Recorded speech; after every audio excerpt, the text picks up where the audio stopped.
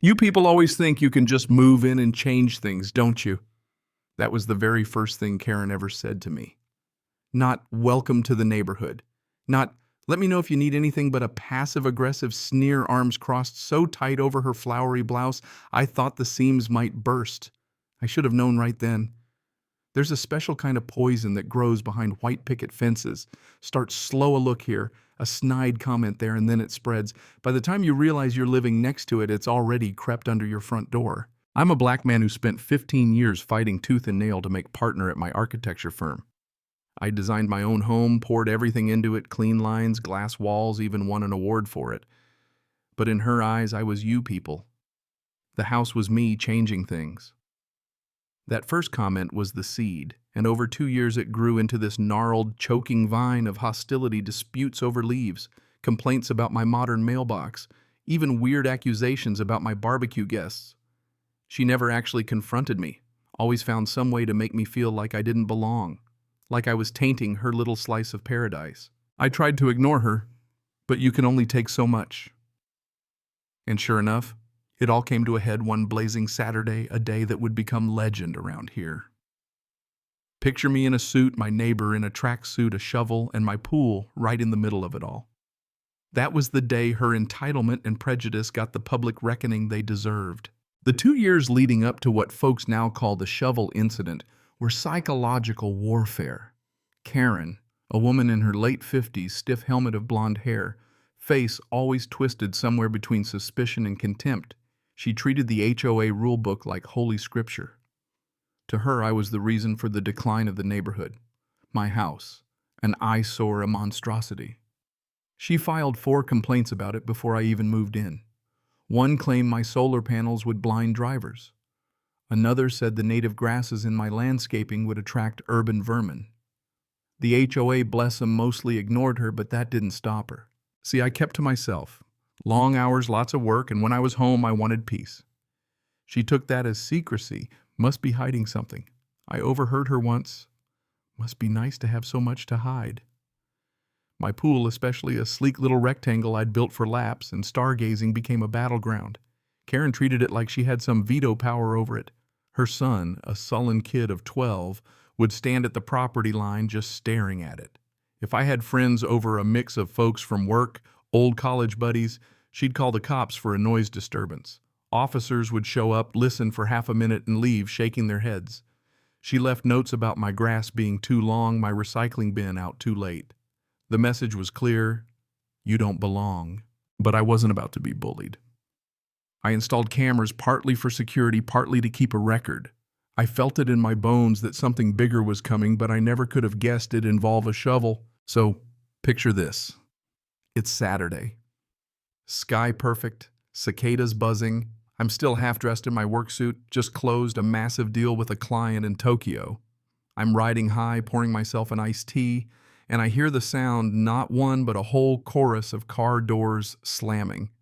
I look out the window and there's a full parade of minivans, kids in neon trunks piling out pool noodles, water guns, chaos.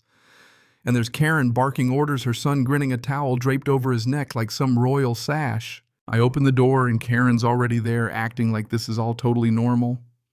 "We're here for the party," she says, waving at the horde now trampling my lawn. "Your pool's just perfect for my son's birthday." For a split second I think maybe I'm dreaming, but nope. This woman had decided my home was her new party venue. "You didn't ask me." I said, "You can't just..." She cut me off, all fake sympathy, lowering her voice like we're sharing a secret. "I was going to text you, but I got so busy planning. Besides, I'm doing you a favor. This is your chance to really join the community." Weaponized condescension. I told her flat out no. "Get your guests off my property." She blinked and her smile cracked. Her son started whining. "But Mom, you promised." That's when her mask dropped. "You can't do this. Their parents already left. You're ruining my son's birthday." I told her that sounded like her problem, not mine, and tried to close the door. She jammed her foot in the doorway, eyes darting around, desperate. Then she saw it, my brand new shovel, bought for some gardening project, leaning against the garage. Without missing a beat, she marched over, grabbed it, and here's where it goes off the rails, pushed past me through the side gate and straight into my backyard.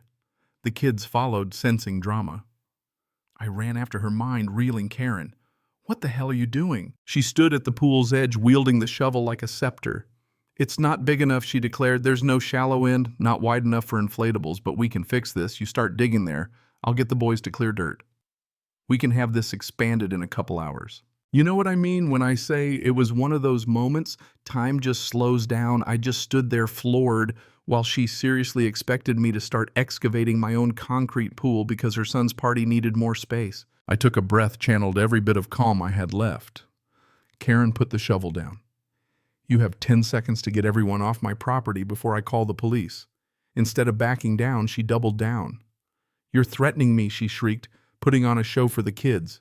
You're threatening a woman. I knew you were trouble. Out comes her phone, 911 on speed dial. He's violent. He's screaming help, she wailed to the dispatcher. Meanwhile, she's holding the shovel. The kids looked terrified, not of me, but of the sheer madness playing out. I didn't bother arguing. I pulled out my phone, not to call 911, but to make sure my cameras were rolling, catching every second in glorious HD. The cops showed up in under 5 minutes, 2 squad cars, officers, hands on their holsters. Karen ran at them, shovel abandoned, tears and shrieks. That man threatened us. He went crazy.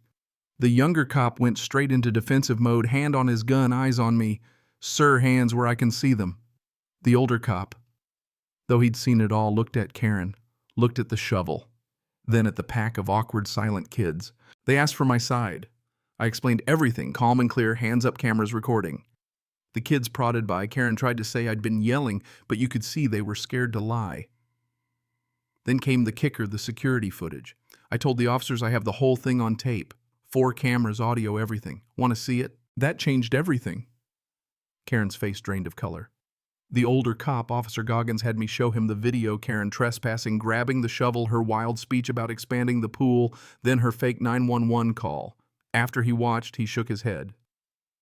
Ma'am, you are lucky Mr. Brooks isn't pressing charges right now. She was warned one more call and she'd be cited for harassment and misuse of emergency services. Afterwards, I picked up the shovel, feeling like I'd just survived a tornado. But I wasn't satisfied. A police warning wasn't going to fix this, not after everything. So first thing Monday, I called my lawyer, Helen. Sharp, relentless, the kind who gets things done. She watched the footage, listened to the 911 audio, then just said, "We're not letting this go." Restraining order. Absolutely. Lawsuit. You better believe it. Harassment, defamation, emotional distress. But Helen wanted more. We need to know who we're dealing with, she said. So we started digging. Turns out Karen was more than just a busybody. She was the secret anonymous head of the Architectural Review Committee, the shadow government of our HOA.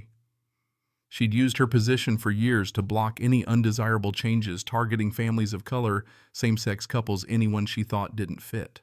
But that wasn't even the wildest part. Digging through her digital footprint, I found a website, Suburban Soirees, her unlicensed event planning business, using neighbors' backyards for parties without their permission. She'd tried to turn my pool into a venue not just for her son's birthday, but to impress potential clients.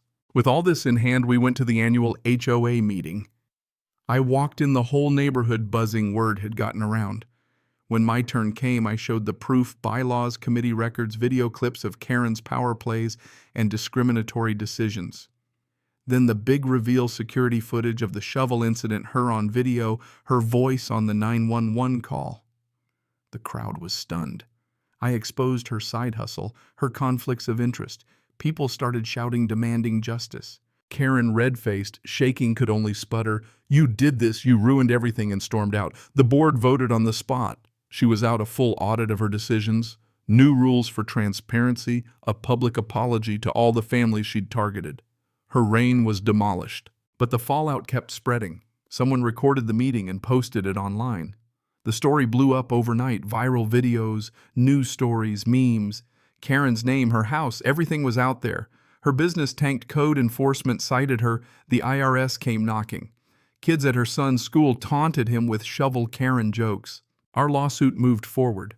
Helen was relentless, subpoenas, depositions, everything. Karen caved. The settlement.